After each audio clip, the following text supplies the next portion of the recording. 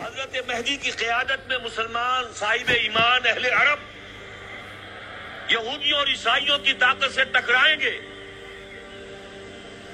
تو ان کی مدد کے لیے دو جانب سے اللہ تعالیٰ کچھ بھیجیں گے مدد. ایک تو آخری مرحلے میں مدد آئے گی حضرت مسیح عیسیٰ ابن مریم کا نزول، جو یہودیوں کی طرف رسول بنا کر بھیجے گئے تھے. انہیں یہودیوں نے اپنے خیال میں سولی پر چڑھا دیا، لیکن اللہ نے فرمایا وما صلبوہ وما قتلوہ ولکن شبہ لہم بل رفعہ اللہ الیہ. اللہ تو اپنی طرف اٹھا کر لے گیا. اور احادیث صحیحہ جو کہ ہمارے ہاں متواترہ کے درجے میں، وہ احادیث جو صحیح ہیں کی ہیں، ان سے ثابت ہے کہ حضرت عیسیٰ ابن مریم دوبارہ زمین پر آئیں گے. اور یہودیوں کا سب سے بڑا سرغنہ جو خود مسیح ہونے ہی کا دعویٰ کر رہا ہوگا، مسیح الدجال، اسے حضرت مسیح قتل کرے. لیکن ایک دوسری حدیث سے معلوم ہوتا ہے کہ مشرق سے فوجیں آئیں گی حضرت مہدی کی مدد کے لیے. یخرجون ناس من المشرق یؤدون للمہدی یعنی سلطانہ. مشرق کی طرف سے فوجیں آئیں گی کہ جو مہدی کی حکومت کو مستحکم کرے. خراسان کا لفظ آتا ہے ایک دوسری حدیث میں. خراسان سے سیاہ عالم چلیں گے، انہیں کوئی نہیں روک سکے گا یہاں تک کہ وہ یروشلم میں جا کر رسم ہو جائیں گے. اور حضور کے زمانے میں اچھی طرح سمجھ لیجئے، ہند کسے کہتے تھے حضور کے زمانے میں؟ پاکستان ہند میں شامل نہیں تھا. سندھ و ہند، سندھ ایک مکمل ملک تھا، ہند اس کے بعد شروع ہوتا تھا. یہ راجپوتانے کا اور تھر کا ڈیزرٹ جو ہے، اس سے آگے جو ہندوستان ہے وہ ہند تھا. یہ جو ہمارا پاکستان ہے یہ ہمیشہ ہند میں شامل نہیں رہا. حضور کے زمانے میں بالخصوص سندھ و ہند، دریائے سندھ چلا آ رہا ہے. یہ ساری ٹریبیوٹریز جو پنجاب کے اندر اس کی ہیں، یہ سب ایک علیحدہ ملک ہے جو اس زمانے میں سندھ کہلاتا تھا. اور نمبر 2 یاد کیجئے، اس زمانے میں خراسان ایک علاقہ تھا جس میں موجودہ افغانستان کا 2/3، تھوڑا سا حصہ ایران کا، اور جہاں تک میں تحقیق کر سکا ہوں آج تک پاکستان کا بھی علاقہ، خاص طور پر مالاکنڈ ڈویژن جو خراسان میں شامل ہے. خراسان سے سیاہ عالم چلیں گے جو جا کر یروشلم میں نصب ہوں گے. یہاں بھی ایک نقطہ نوٹ کر لیجئے، پہلے بھی یروشلم ہم سے چھینا تھا. کس نے چھینا تھا؟ عیسائیوں نے، کروسیڈرز. واپس کون لیا؟ کس نے لیا؟ عربوں میں دم نہیں تھا، عرب عیاشیوں کی وجہ سے کھوکھلے ہو چکے تھے. واپس لینے والا صلاح الدین ایوبی، کرد خون. اب دوبارہ یروشلم لیا جا چکا. چھینا کن سے گیا؟ عربوں سے. عرب واپس لے سکتے ہیں؟ کوئی اندیشہ اگر ہو سکتا تھا عراق کے بارے میں کہ شاید اس کے ایٹمک دانت نکل آئے، جو سازش کی گئی، جس طرح اس احمق اور پاگل صدام حسین کو دام میں پھنسایا گیا.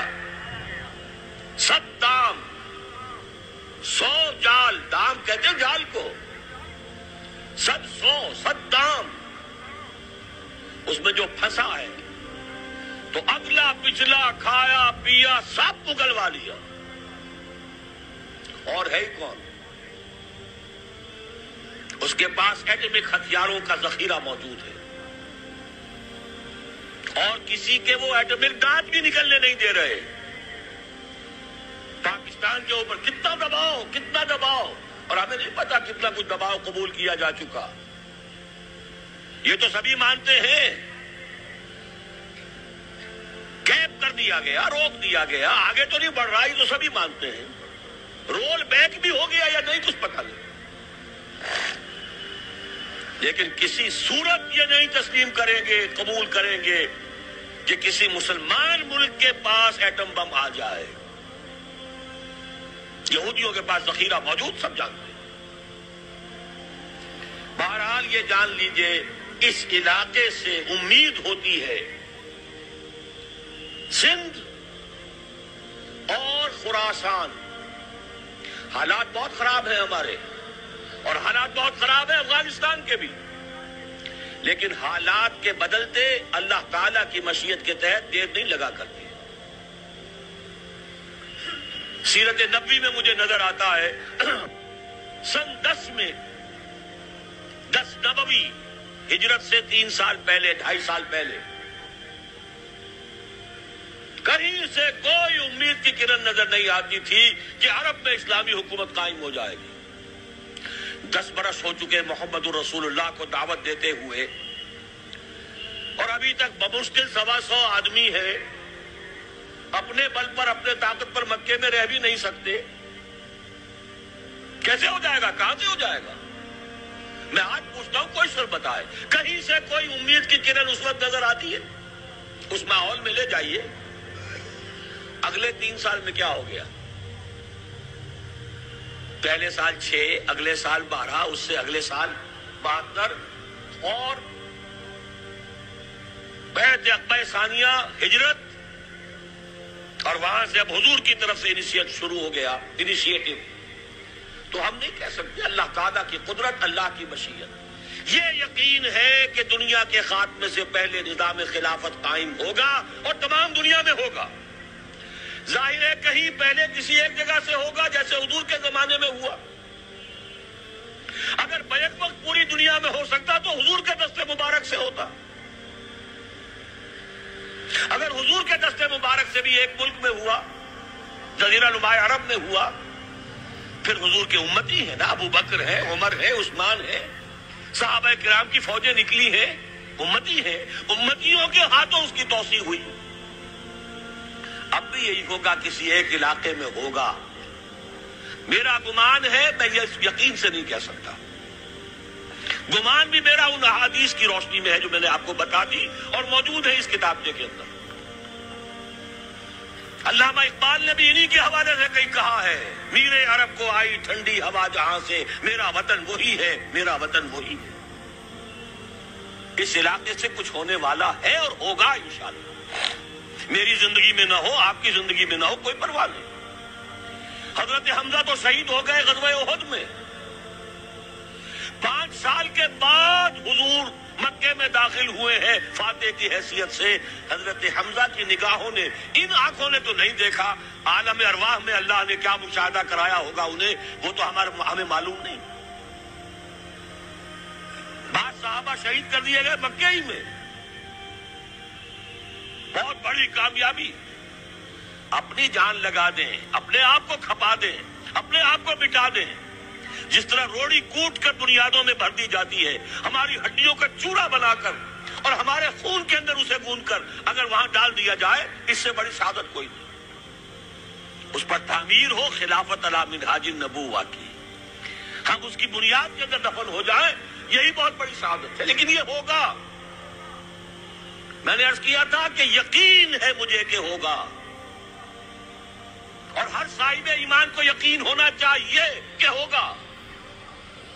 باقی یہ کہ یہ آثار ہیں اور احادیث بھی ہے، اور 400 برس کی تاریخ بھی بتاتی ہے کہ یہیں سے ہوگا. 1000 برس تک سارے مجددین امت عالم عرب میں پیدا ہوئے.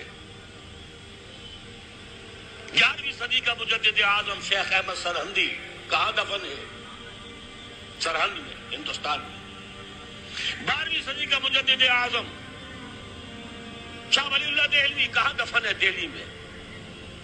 13ویں صدی کا مجدد اعظم سید احمد بریلوی، ان کی تو قبر بھی معلوم نہیں، لیکن ان کا خون جذب ہوا دریائے کنہار میں، اور ان کے سینکڑوں ساتھیوں کی لاشیں اس بالاکوٹ کے مقام پر.